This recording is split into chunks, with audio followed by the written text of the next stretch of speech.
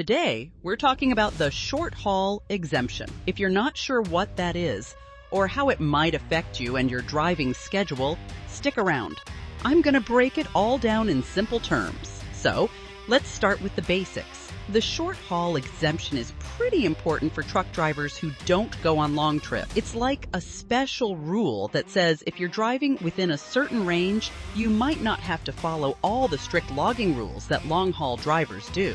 For a lot of folks, that means a little less paperwork and stress. All right, you might be wondering, what's this certain range I'm talking about? Well, in most cases, if you're driving within a 150 air mile radius, and you complete your workday in 14 hours, you could qualify for this exemption. And if you're a trucker who returns to your starting point every day, this might be perfect for you. It means more time to focus on your actual job and less time dealing with long logs. But wait, there's more. Even with the short haul exemption, there's still some fine print you need to be aware of. And that's where things can get a bit tricky. Like, what happens if you go beyond that 150-mile limit? Or if your day goes longer than 14 hours? Once you step outside those boundaries, the regular hours of service rules kick back in. So, it's crucial to know where you're at and plan your day right.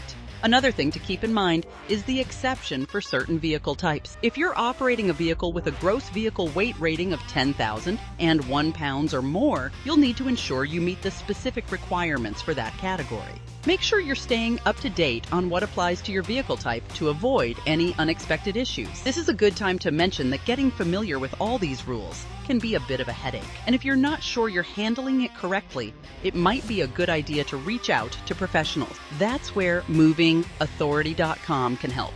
We've got the expertise to help you figure out all these details and make sure everything's in line with the rules. Visit movingauthority.com or call us at 702-333-2430. Now let's talk about why this is great news for short-haul drivers. Besides cutting down on paperwork, the short-haul exemption can help you manage your day better.